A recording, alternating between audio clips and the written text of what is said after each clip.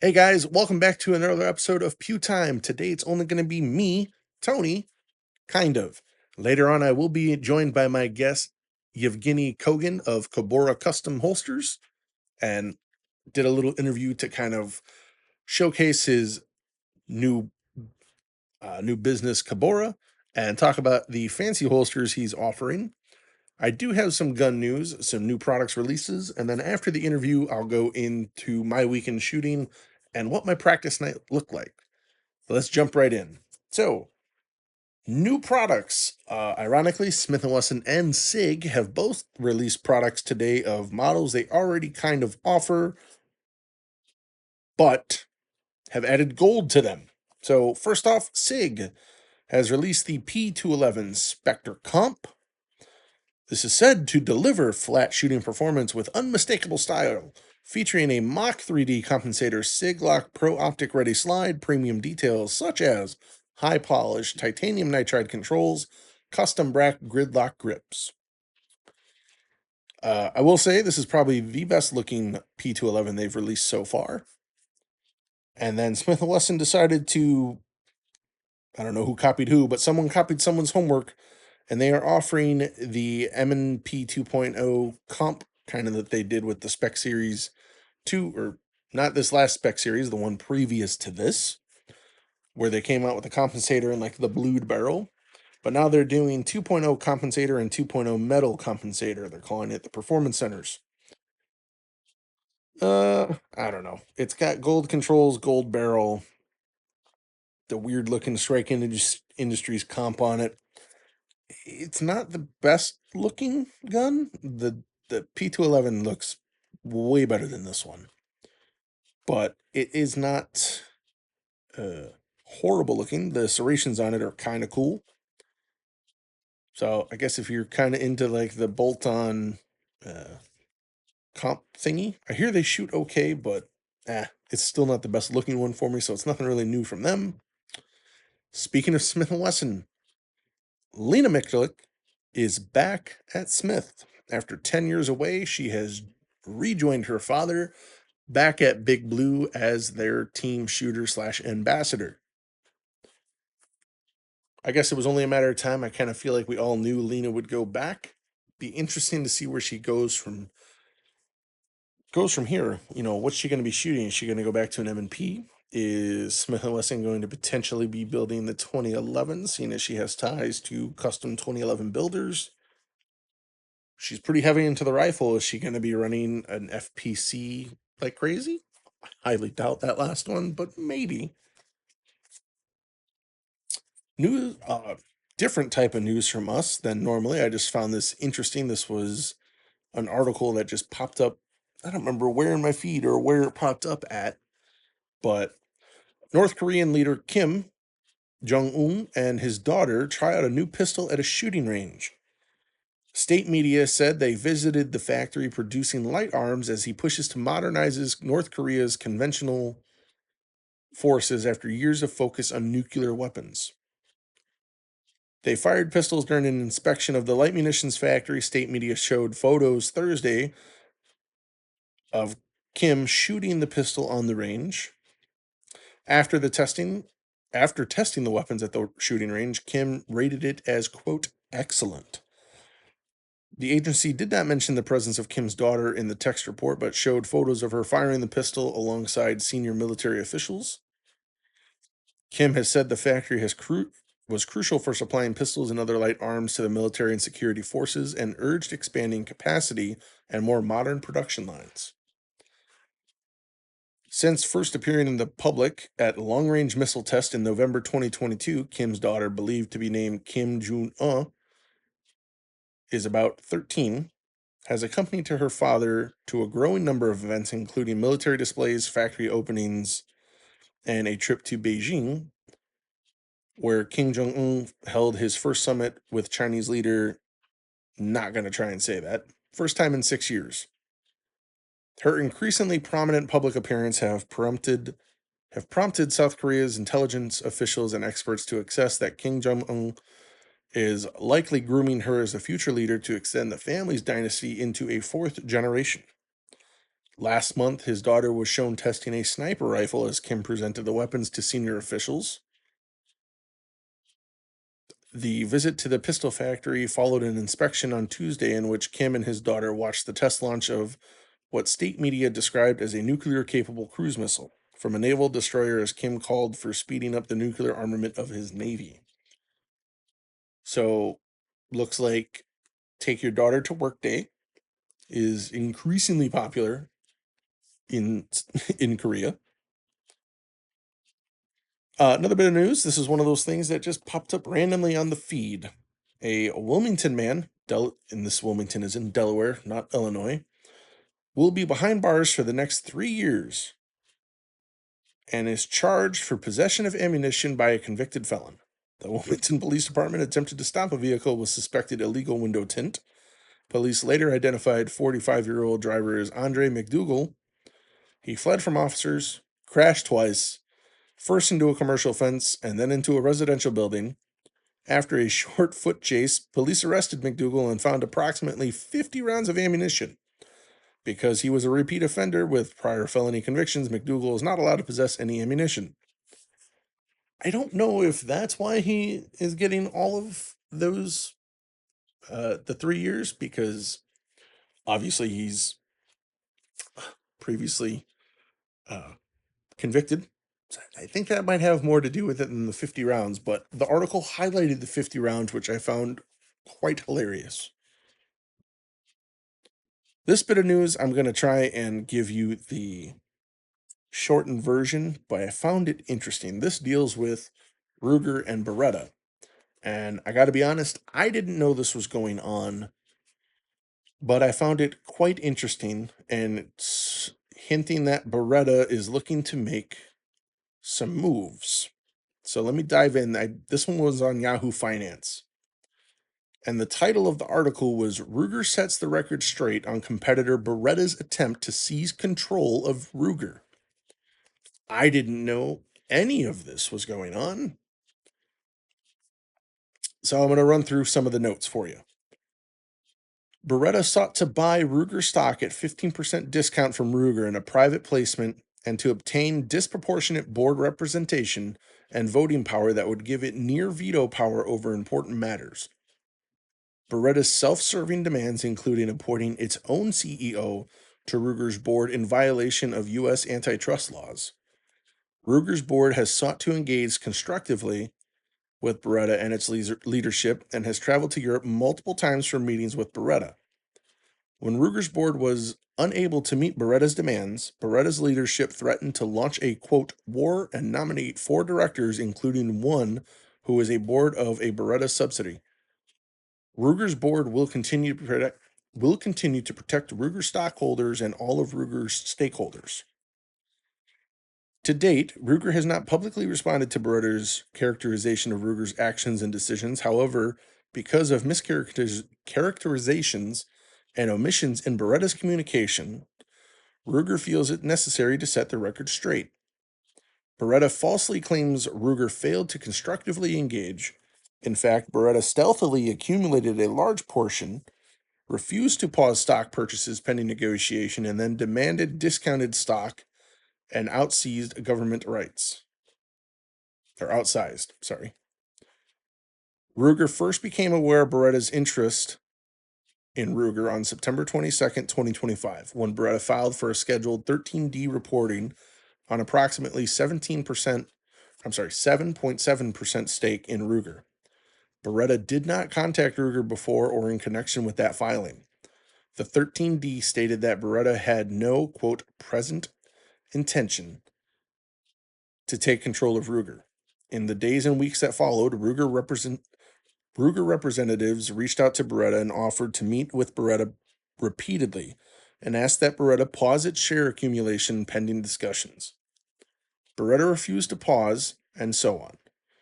Beretta refused to pause, and so on October 14th, 2025, the Ruger board adopted a short-term stockholders' rights plan to protect the interest of all the Ruger stockholders from Beretta's ongoing creeping takeover. In the following weeks, Beretta declined Ruger's invitation for an in-person principal-to-principal meeting while sending a series of aggressive letters through counsel. Eventually, following outreach from Ruger's chair, a meeting was held in Paris on December 15th, 2025. At that meeting, Beretta's chair indicated a long-term plan to combine Ruger with Beretta, but made no formal proposal. Beretta's chair was also indicated that he had no interest in the status quo and he would find a way to increase his position if Ruger remained resistant. Way to increase his position if Ruger remained resistant. Representatives of the party met again in Luxembourg on February 2026 and traded several proposals but were unable to reach an agreement. Beretta repeatedly demanded terms that would transfer value from other Ruger stockholders to Beretta and undermine Ruger's status as an independent public company. Following the Luxembourg meeting, Ruger made multiple good faith and constructive proposals to Beretta that designed to avoid a costly and distracting proxy contest and allow the company to remain focused on executing its strategy. These proposals were carefully structured to preserve Ruger's independence as a public company and ensure compliance with applicable antitrust and national security laws. The proposals would have permitted Beretta to increase its ownership position up to a cap, designate directors, and explore opportunities for true commercial collaboration with Ruger. In contrast, Beretta repeatedly advanced extreme demands and threatened to, quote, go to war. Beretta demanded multiple times that Ruger issue additional shares to Beretta at a 15% discount, which would have diluted existing stockholders and transferred value to Beretta at stockholders' expense. Beretta demanded 25% of Ruger and the right to vote those shares in their own self-interest. Beretta, in case those of you that don't know, this is also written by Yahoo, just bear with me. Beretta, a competitor of Ruger, demanded that it receives disproportionate representation on the board and sought to appoint a member of Beretta to Ruger's board, which would violate U.S. antitrust laws. The board seats and the ownership level Beretta demanded would trigger mandatory CFIUS review implicating sensitive national security issues. Beretta demanded that Ruger dismantle its stockholders' rights plan and refused to agree to a customary standstill. Ruger communicated to Beretta that its demands were inconsistent with U.S. corporate governance best practices and applicable law. Holy cow. There's a lot going on here. I found it kind of interesting. And it is, well, it's not done. It's almost done. A couple more things. Beretta falsely claims that Ruger's board refreshment was, quote, reactive. In fact, this refreshment process has been in the works since prior to Beretta's investments, and Ruger delayed finalizing the refreshments in a good faith effort to reach a resolution with Beretta. On February 23rd, 2026, Ruger announced the appointment of 3 new directors to its board following the retirement of 3 former board members. Combined with the earlier appointments of CEO Todd Serfit and the industry veteran Bruce Pettit, 5 directors have joined the Ruger board within the past year through rigorous and well-established governance processes. This substantial refreshment of Ruger's board began before Beretta's investment in the company became known and underscores Ruger's proactive approach to a board composition and commitment to maintaining the operational rigor and strategic focuses required to compete and win for the benefit of all stockholders. Beretta's criticism of the tenure of members of Ruger's boards is surprising, given that its own board has directors that have served the Beretta Group since the 90s. These actions stand in sharp contrast to Beretta's disruptive and coercive campaign to seek to undermine the governance norms and processes that protect public investors. Beretta's actions are not those of a stockholder who are trying to improve Ruger or the interest of all stockholders. One of the individuals nominated by Beretta as a, quote, independent director serves as the director as a subsidiary of Beretta. While Ruger remains steady and willingly to engage constructively with Beretta for the benefit of all the stockholders, the board is committed to continuing to act decisively to protect Ruger's stockholders from Beretta's aggressive campaign to seize control on unfair terms. So, Beretta really likes Ruger for some reason, or really wants Ruger. which kind of surprises me because not that Ruger's a bad company. Ruger makes good guns. I'm assuming this is Beretta's plan to have a lower end option as far as what their market share is. Because let's face it, most of Berettas are kind of pricey. They're on the more expensive side, and if you owned Ruger, which Ruger just went through a big buying phase with Marlin. So I don't know. I found it kind of interesting. I don't see very many articles like that pop up uh, on big sites like that. Like I said, that one was on Yahoo Finance, and I just found that one kind of interesting. So I guess if I can continue to find information on it, I'll keep a tag on it and see where it goes from there. Kind of interesting to see where that lies with and what Beretta's trying to do. All right, guys, I am going to talk to you about my weekend shooting, and I have a tale from the gun counter from me, but we're going to get to all of that right after this interview with Yevgeniy of Kobura Custom. So give it a listen. All right, guys. Well, time for the interview. Today, I am joined by my buddy Yevgeniy Kogan of, let's see if I can say it right, Kobura Holsters or Kobura Customs. Close enough. Good morning. Kobura Custom. Yes, yes. Okay. What's up, man? How are you? I'm good. How are you? How are you, Tony? Very good. So I will give a brief intro on you in case no one has met you. Actually, you and I just recently met. Right. And you're a local shooter to where I shoot, so Chicagoland area. Mm-hmm. And you have decided to jump into the holster market. And you also, well, you're pretty active in the shooting side, not just competing locally, but you also run some matches and practice up in your neck of the woods, right? Right. That's correct. Yeah. So I run North Shore Practical Shooters. So Okay. it's a USP affiliated club. We shoot out of North Shore Sports Range and Lake Forest. And prior to that, from Caliber in Waukegan. Okay. So I've been doing it for 7 or 8 years. Not competitively shooting, kind of. We did run and gun for a while. I thought I was a hot shot, and then went to Alpha for a match accidentally.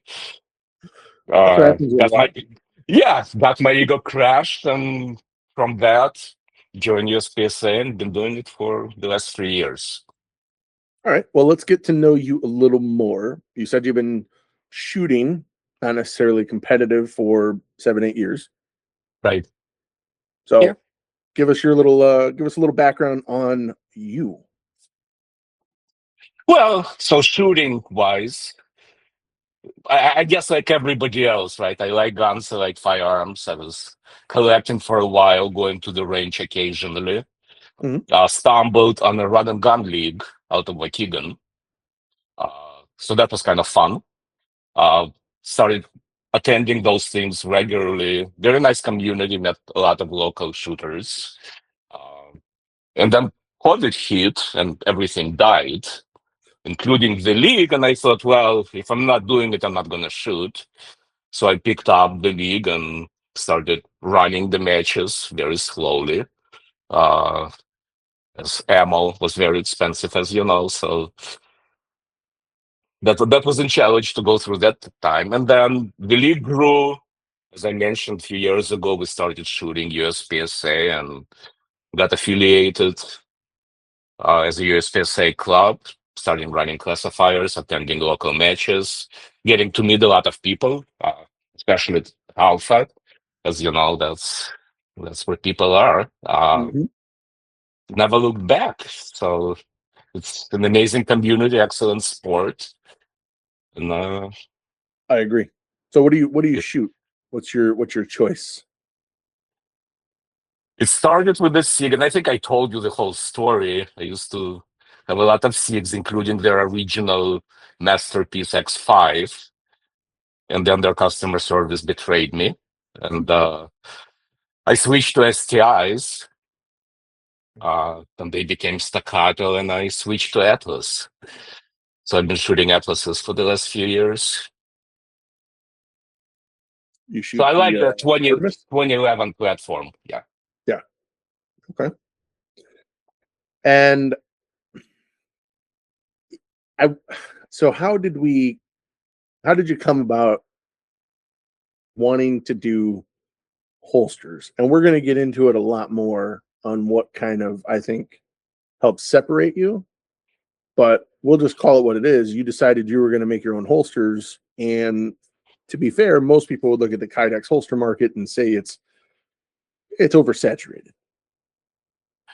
Absolutely. And to the point where you cannot distinguish one from another.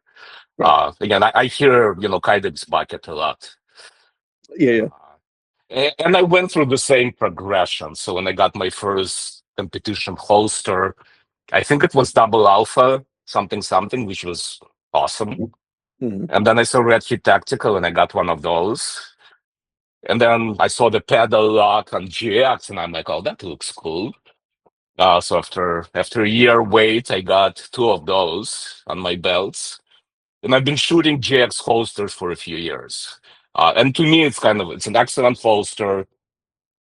Knowing more about like construction and production aspect of things now, I would say it's probably a gold standard. So uh, great holster if you can get it, or if you're patient enough to wait for it. And then I got bored and I needed a project. And I love working with leather. So I thought, oh, that'd be cool to have a holster wrapped in leather or have some cool design on it or something. Sure. So I started playing with kydex. And the first thing I did was, well, let's replicate GX. Like, can I build a similar quality of a product? A lot of trial and error, and I got to that point. And then the challenge began, how do I make it better? Not necessarily from a fit perspective, but more, how do I put leather on it? How do I do some kind of an inlay or overlay? And I started running into a lot of challenges with the, fold over design where there's a limited control to the quality and what you can actually do, just by Sure. the way it's made. And that kind of led to that modular design I'm using, which is pretty much two halves. Mm-hmm. And as I mentioned it to you, and we'll talk about it more, I'm using CNC to cut everything and I make my own molds. And the whole point was I just want to have a control of every step in the process. And I'm a little freak when it comes to quality. I appreciate nicely made things, and that's where I was going with it. So having that modular design allowed me to, put leather on top of it and stitch through the kydex. You've seen the inlays I can do, and everything is manufactured in house. And once I built a few prototypes and I showed it to my friends at the club, got very positive feedback. And I'm like, well, by now I'm already invested in every possible piece of equipment Right. I need. And I thought, well, let's try to make it a business. And then because as you mentioned, I'm relatively new to it.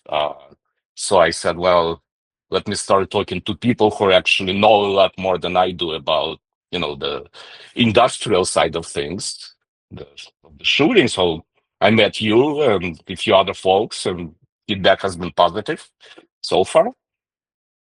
Yeah. So And that's how Kobura Custom started in its official business capacity. Well, let's talk about the holster, because I did mention that I think you stand out a little bit in this aspect. And I'll start with my initial impression of it when you and I got together when I first saw it. Right. First, the when you pick it up, and I got to hold holsters without a hanger, so there was no hanger weight on it. It feels good. A good, like when you pick something up, it's, oh, this is nice. I I'll equate it to like wallets. Like you can buy a wallet at Walmart, and it is a big air quotes leather wallet, or you can get an Hermes wallet. And when you touch it, you feel the difference, right? it's softer. Like you can tell this. Oh, this came from something real. This wasn't just manufactured. And Right. your holster, one, I really hope this doesn't become a trend. I think we should stop kind of where you are. Yours is a triple layer kydex. Yes. Yeah, double layer was like, oh, that's a big thing. Everyone's double. We're at triple. I think we're good at three. I don't think we need to go anymore. But yours does have a good feel. And for those people that don't like, uh, they love symmetry, they're going to love your holster because of your two-piece design, allowing it to have the proper amount of screws on each side and the level of retention. So you have screws that line the front and back, or I should say, Right. yeah, front and back of the holster. So top of slide near the bottom of the frame and trigger guard. Hmm. And it has, I got to say, the look is there, the feel is there. It's very well done. The fit and finish on it is great. But what blew me away was when you showed me what would be uh, like your top tier option, which would be the leather, which I Right. have never seen before. And I have to say, as a person, I love leather items. It was refreshing to see a kydex holster that was still a completely functional kydex holster, Right. but also had the look of something a little bit more special. Right. And I think you nailed it. The leather feels amazing, and we'll get into the different types of leather you offer in just a minute because that's a whole nother thing. But Right. now you have 6 pieces of kydex essentially bolted together, and you offer all the traditional mounts for hangers. Right. It is a you only make it for 2 models right now, right? Yes. Yeah. 2011 pattern and Shadow 2. Shadow too. Yes, Oh, that's correct. and I'm sure eventually the plan is to get more. Absolutely right. And it's going to be driven by customer feedback. And going back to everything you've described, which actually sounds amazing even to me, and I'm holding those things every day. Uh, there was a like reason for every decision. It wasn't random at all. Not Yeah, well, revolutionary, but like you master something, you improve a little bit, and eventually it gets to a point where it's very practically built thing. It has to be right. It's a sport. It has to serve a function, sure. and then we add all those intangible things on top, which a well designed and well made product, any product, right, gets you. Mhm. So, like you talked about, 6 layers, and it wasn't okay. Let's do more than GX. He has two. I'll do three. So 6 layers altogether. I actually did it because I really like that middle layer going around the holster, and if it's in a contrasting color, it just pops. And I because agree. It's one of those things that changes the look dramatically on a holster because a lot of people have done like the inner outer layer. You can change it up, which is cool. right, But now you can have that little extra touch where it's just a thin line going around the entire holster as opposed to the right, entire backside. right, and it's perfectly symmetrical and it's straight, and it seems effortless. But just to give you a perspective, if I were to simply polish the edges like most people do, this line will not look straight. Like it has to be straight, like straight angles without being obnoxiously sharp. So it has to have a process, and that's why like CNC comes in handy, and then all the hand finishing to make it actually pop. Because Mhm. like ironically, if I over polish it and it's all shiny, you will lose the middle layer because it's going to reflect. Mhm. So it's all this matte finish where it's extremely smooth, and yet all the colors become very, very apparent. So it's a choice, right? Like you talked about design, I actually put a lot of thought into how it looks. And it's flowing, it's not square, doesn't have extra material just for the sake of it. Uh, and even screws, as you noticed, it's titanium, they're cool looking, very cool colors. does not add to functionality, but adds to that intangible feeling. It looks special. Mhm. It looks like a well-made product. Uh, and another point to mention, which I didn't think before, so this modular construction where I have 4 points of adjustment, and I will show it maybe when we do a video.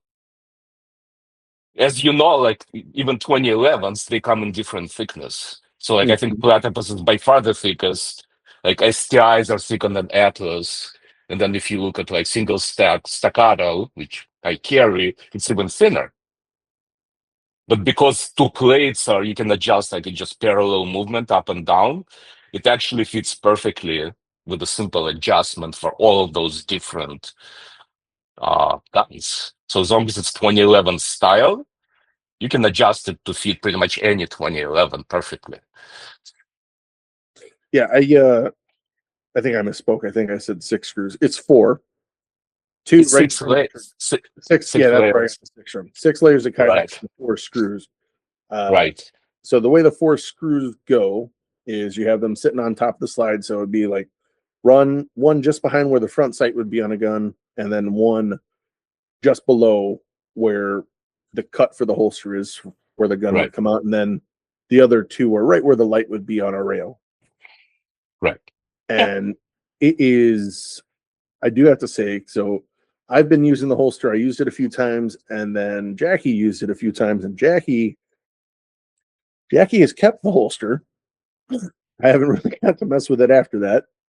And she spent a good while messing with the screws and just seeing how, changing the tension on the top two and then putting more on the bottom two.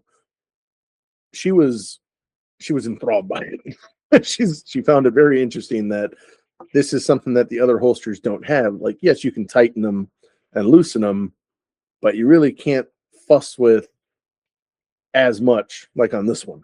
So I will give you on Right. that. That is something unique to yours.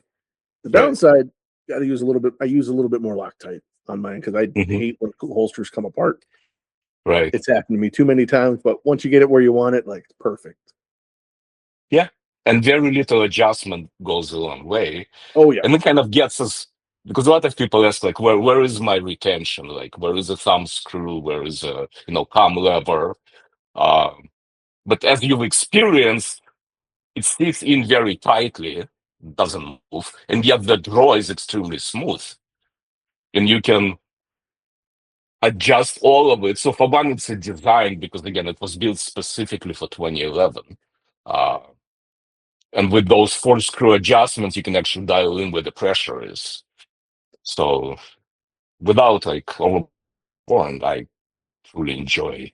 I actually dry fire more because it's such a pleasurable experience now. It looks cool, it feels cool. It I'm does look hoping that. amazing. And it does not have rattle like most kydex holsters because you've kind of helped solve that. You actually put a little magnet on the backside Yep. that kind of it holds the gun just enough to where there is no just rattling around. Right. Yeah.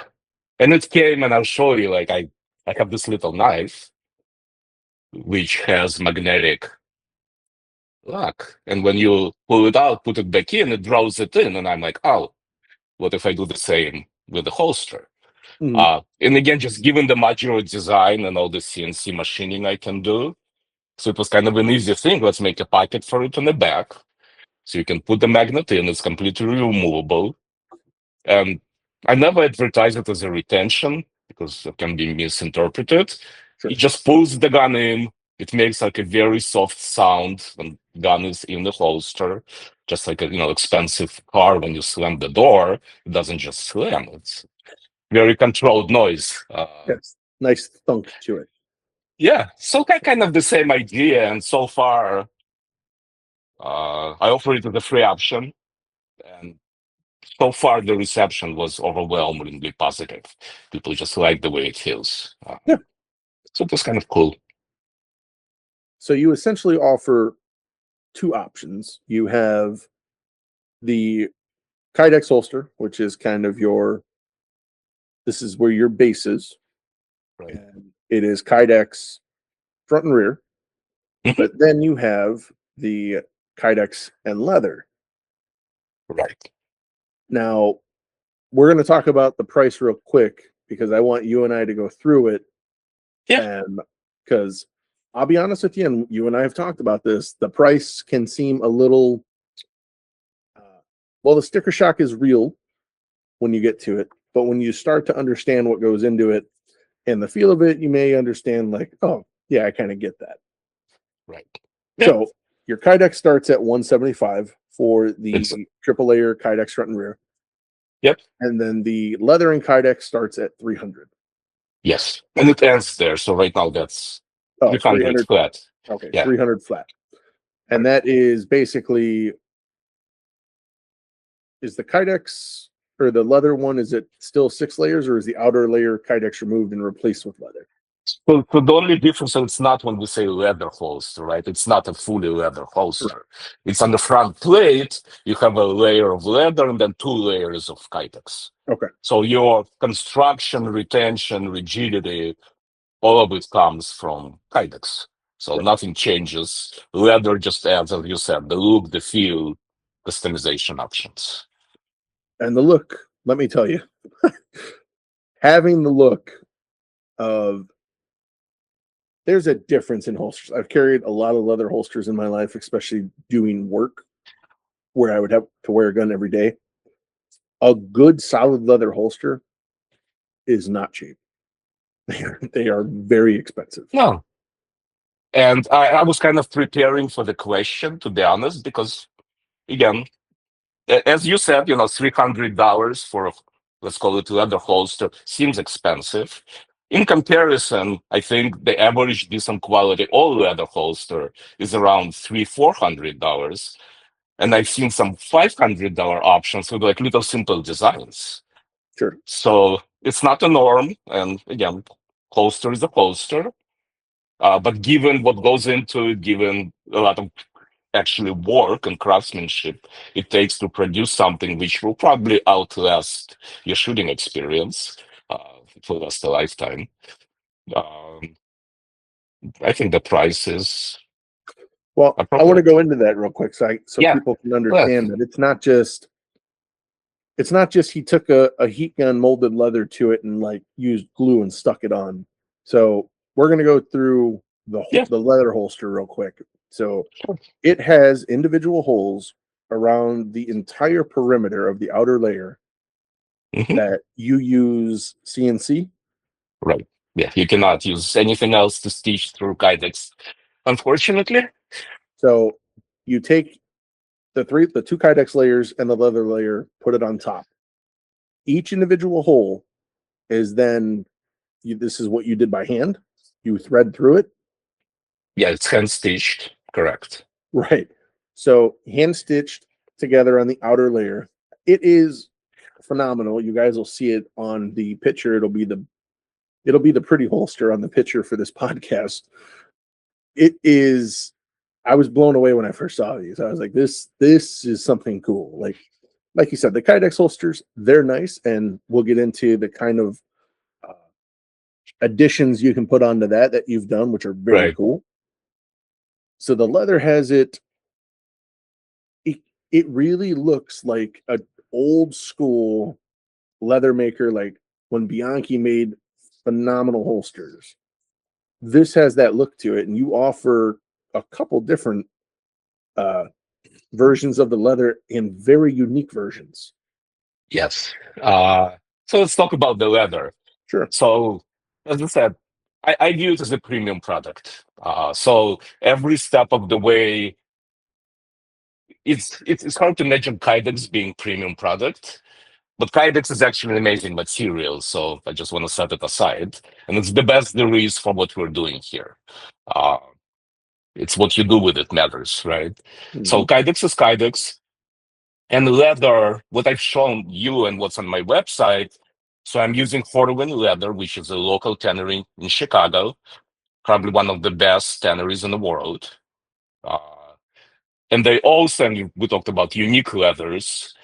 they're an official leather maker for professional sport balls like football and basketball.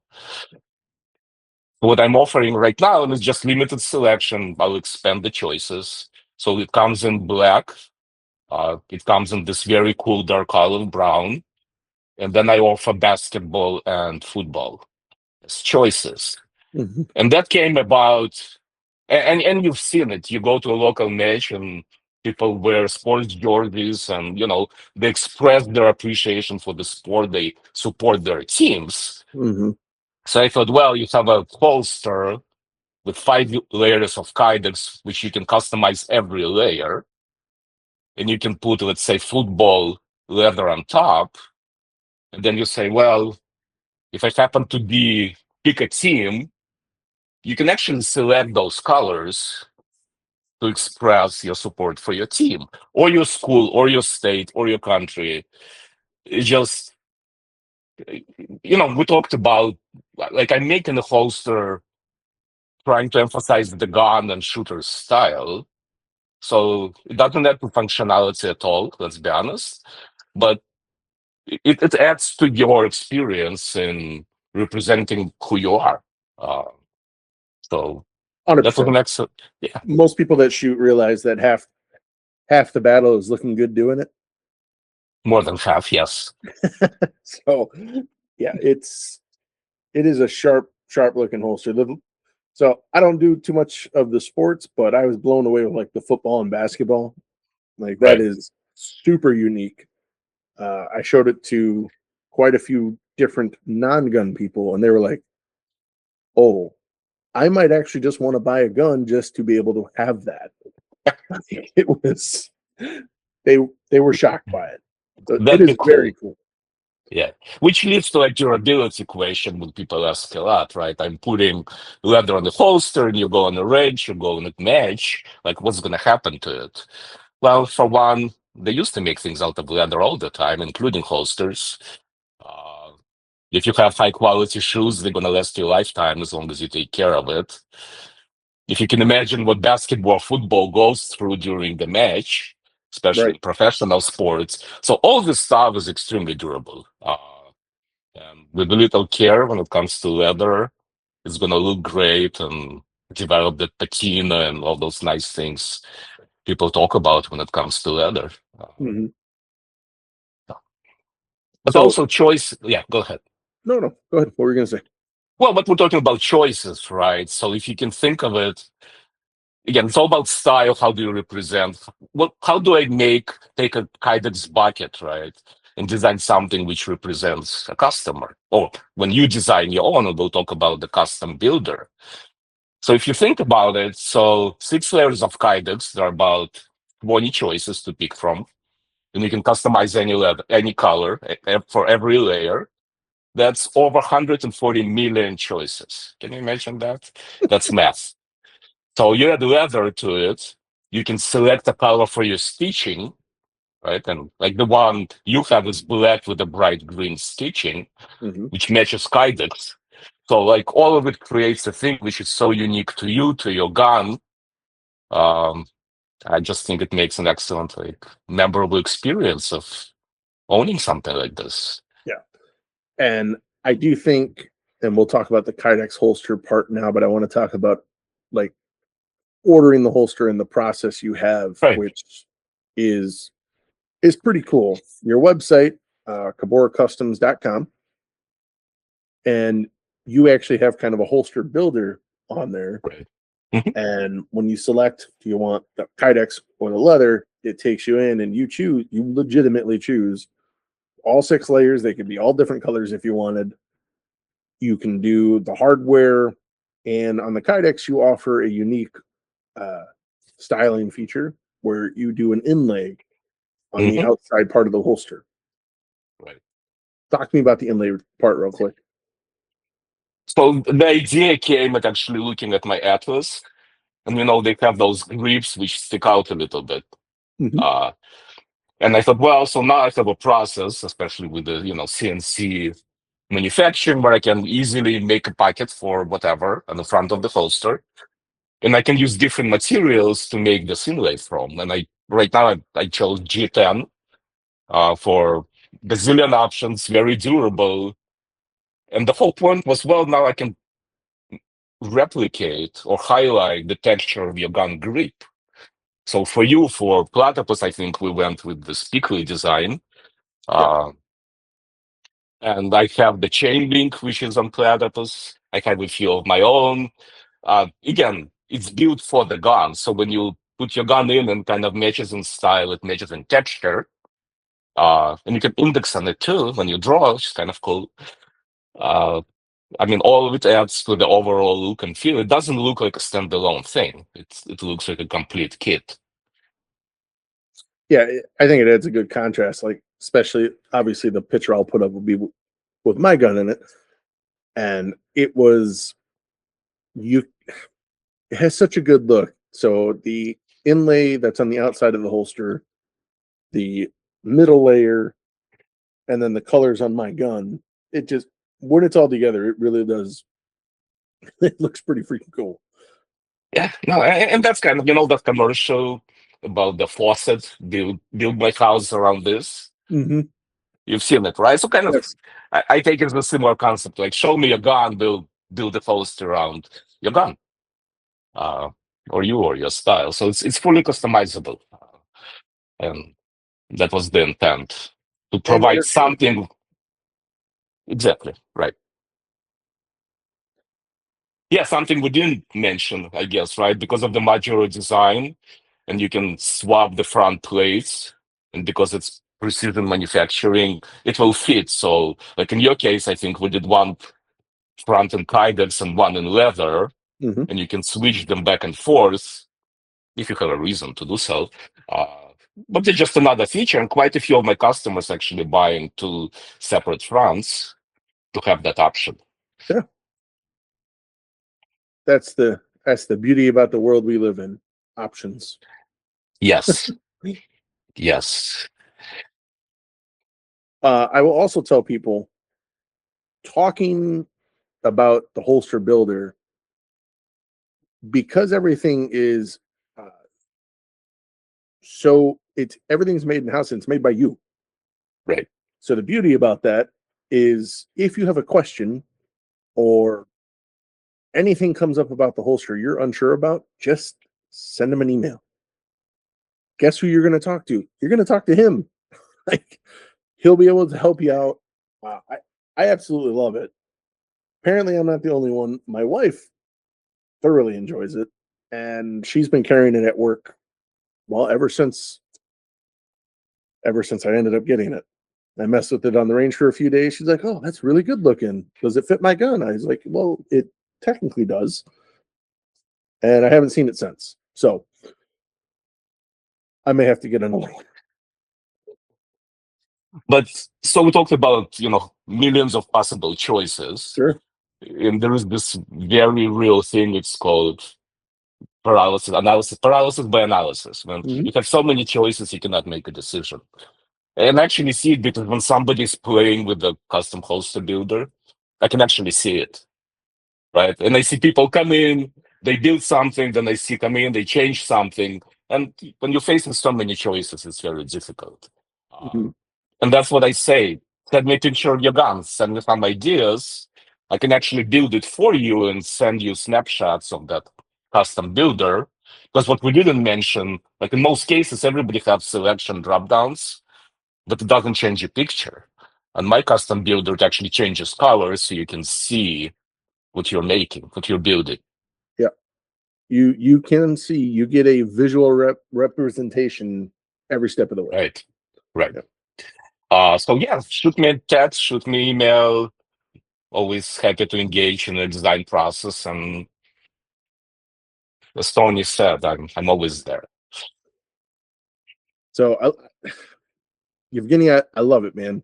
I got to be honest. When I first saw it, I was like, "Ooh, that is one pricey holster." And then I got to see it in person. Okay, I mean, listen, I'm a guy. Clearly, people have. I don't mind paying for unique or cool things, and I've shown it to a few people, and I've gotten multiple different responses. One, like, holy crap, I would never pay that much for kydex. Okay. And then I have other people that go, wow, like, didn't know that was available. Where can I get it? Right. And that's who, well, those are your customers. Like, those Yeah, are the yeah. people that you want. And what was surprising to me, and I'm honestly surprised, and again, we talk a lot about price, which I hope we wouldn't. And again, value is an eye of the beholder, right? So what's important to me or you, or what I'm willing to pay for somebody else is absolutely irrelevant. Like leather on top of a holster. Uh, and I started with 2011s and, CZ Shadows too, because they're not inexpensive guns. Sure. And that's where a lot of people go into a lot of trouble customizing them and, making them their own. So I thought that's my audience, right? So that's what they're looking for. That's what I'm going to provide, right? Yeah, we talked about it on the Surprisingly, show. yeah. We're going to talk about the reason I bring it up here, one, is because audio podcasts, people are going to want to know about it. And hearing you talk about it, I got to be honest, ends up selling me more on how much, like, attention to detail and care you put into it. It's no different than when I buy an expensive watch or parts for a car, anything like that. Because if the person I know is really passionate about it, that makes it more worth it to me. And I think that translates through your holster. Like, if we really look at the bottom, is it a holster? It's a holster. Like, Yeah. it does holster things, right? But you pay a little bit more and you have something that might mean something. If you enjoy having a nicer thing just because it's cooler, like, he's the same way. That's why these holsters exist. So now you have an avenue to express yourself through the holster if you want to. And I think Yeah. it's awesome having that option, like, in the whole gun sphere of things. It's cool to have that as an option. Right. Yeah. And one thing I just want to say, and right now it's 2011 CZs, and people do ask me like, "What's next? Like, are you going to make it for this and this?" And surprisingly, and I'm honestly surprised, a lot of people are asking me about Glocks. Right. So it's not an elitist product by any means, right? If it means something to you to have something custom, to be involved in the creative process, actually designing it yourself, whether it's a, $10,000 2011 or I don't even know how much Glocks are, uh, that's what you're Well, paying for. So it's, that's the thing, though. You take a Glock and you add a red dot or slide cuts or porting or Cerakote and stipple, it quickly becomes of $1,700 gun. right, right, So the the cost of the fancy Glock is not too far off from like an entry level 2011. right. Yeah.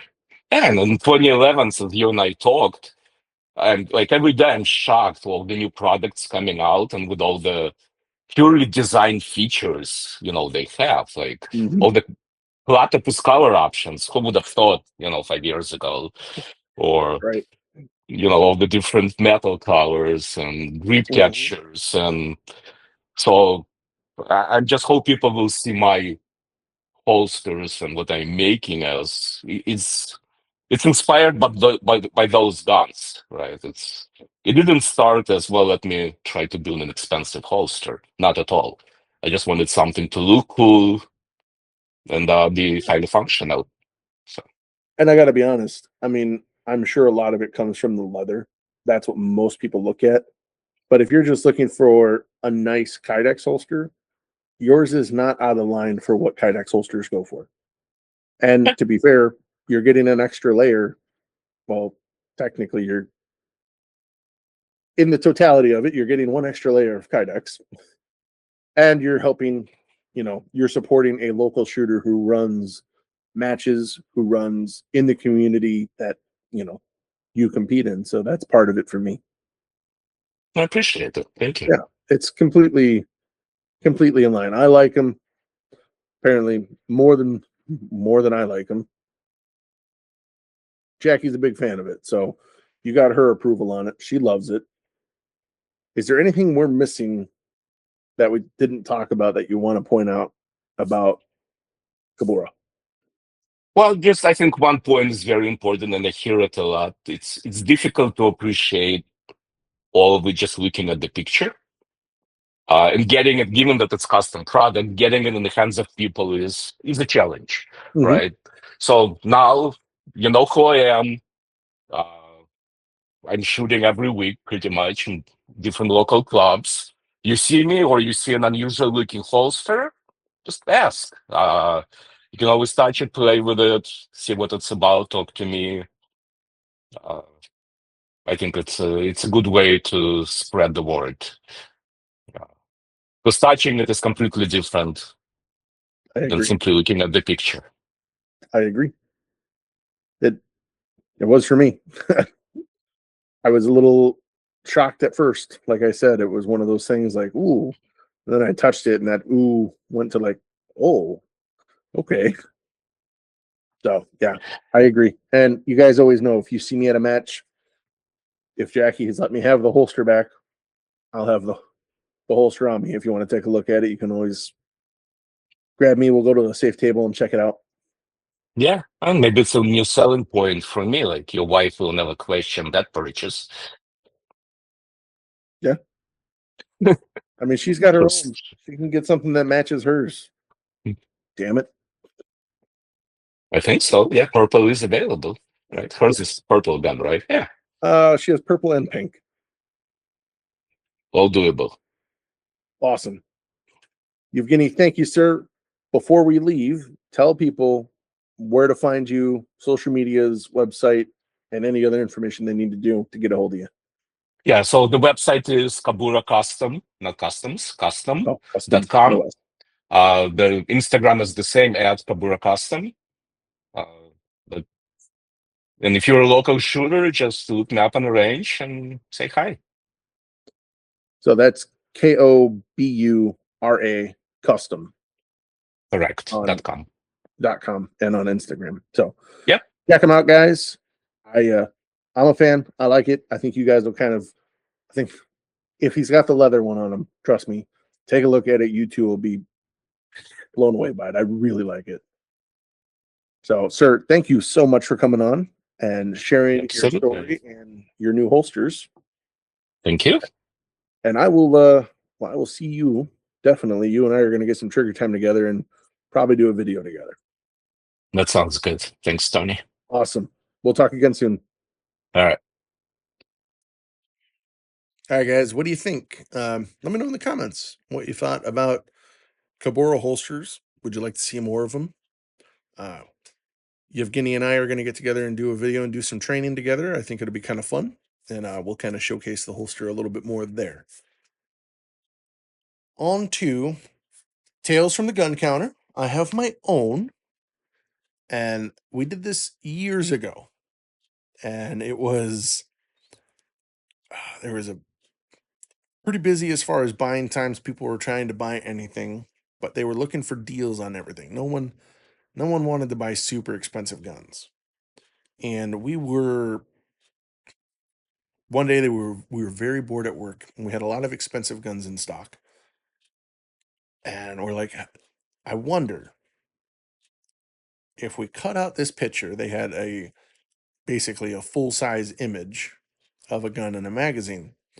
And my buddy cut the picture out and attached a price tag and security tag to it and put it inside the case to see if anyone would actually ask to see it and priced it well below what it should have been.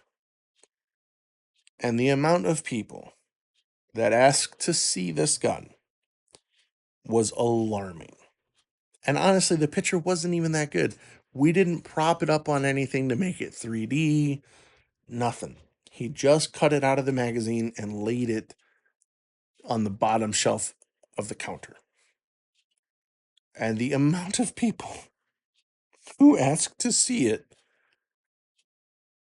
it makes you question whether or not all of these people should own guns, honestly. There was some he cut that out. Cut that out. And of course, we had to pull it out to quote show people sometimes. And the deflated look on their face, priceless. Was it the most mature thing to do? No, no, no, no, no. But this was way back when in the, I don't want to say the Wild West of gun store days, but not like what it is today. It was quite funny. It was a fun, we'll call it a social experiment. All right. Our weekend shooting was more like my weekend shooting. And I did practice night. And I gotta say, so it was 3 stages. It was good and refreshing to see. The level of aggression that I was showing in the movement and transitions, I really see practice kind of finally showing up at the match. I'm starting to see it in the match performance, feeling better with the movements and the speed of the non-shooting things is going pretty well. I haven't been doing the dry fire, been on my break, and that kind of ends this week. This week I go back to practicing and dry firing every day. I have dry fired here and there the past week. It's kind of just been if I'm in the mood. I've had the gun left out and still attended a practice night, so I haven't completely stepped away. But I don't want to lose the momentum, so I'm gonna jump right back in, dry firing twice a day again. Because Northern Illinois will be here before I know it, and that's right at the end of May. So, got to get trained up for that.